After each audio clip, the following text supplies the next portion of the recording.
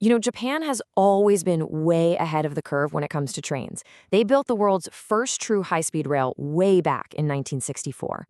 Well, get ready because they're about to do it all over again with the Chuo Shinkansen, a train that doesn't just ride on rails, it literally flies above them.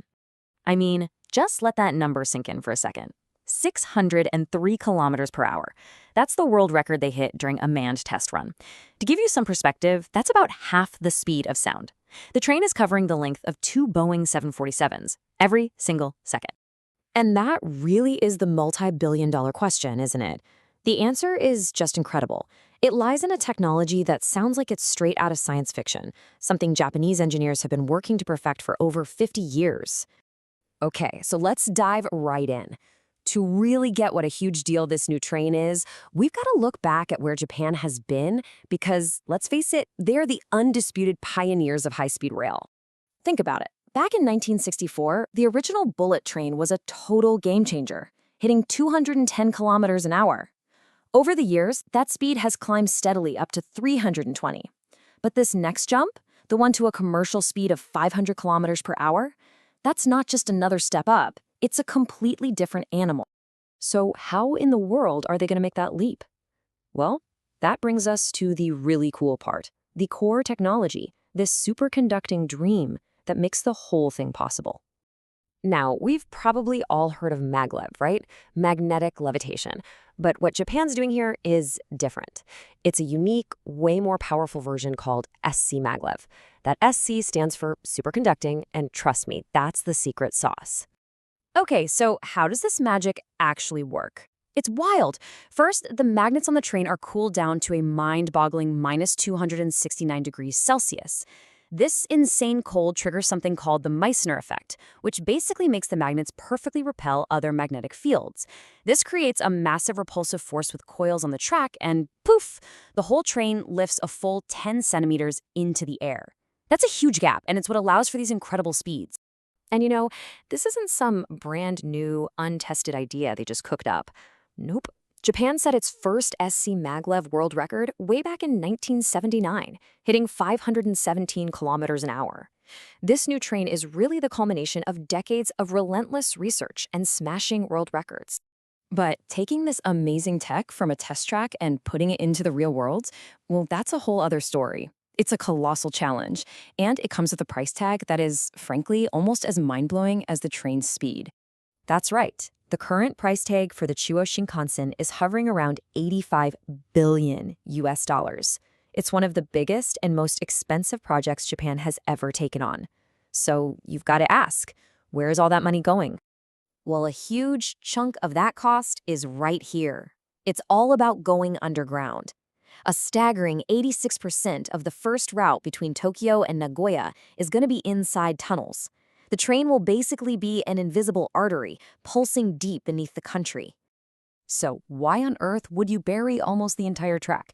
Well, the reasons are actually super interesting. First, to go 500 kilometers an hour, the track has to be incredibly straight. Tunnels also protect it from earthquakes and typhoons. But maybe the most surprising reason of all, the noise.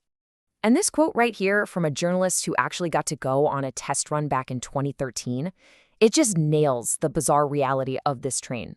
While you're on board, it's one experience. But for the world outside, it's something totally different. So let's break down this crazy difference. Inside, it's as smooth and quiet as can be.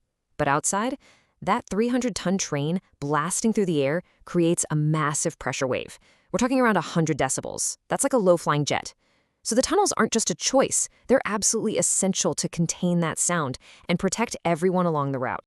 But of course, a project this huge is never easy.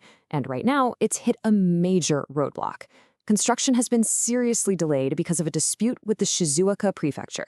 They've refused to give the green light for a nearly 9-kilometer tunnel segment because they're worried it could mess with a major river's water flow. It's a big standoff, and it's putting that 2027 opening date in serious jeopardy. So, okay, let's assume they get past these hurdles. Why are they spending all this money and digging all these tunnels? What's the big payoff? Well, this is where things get really transformative, not just for travel, but for the entire country.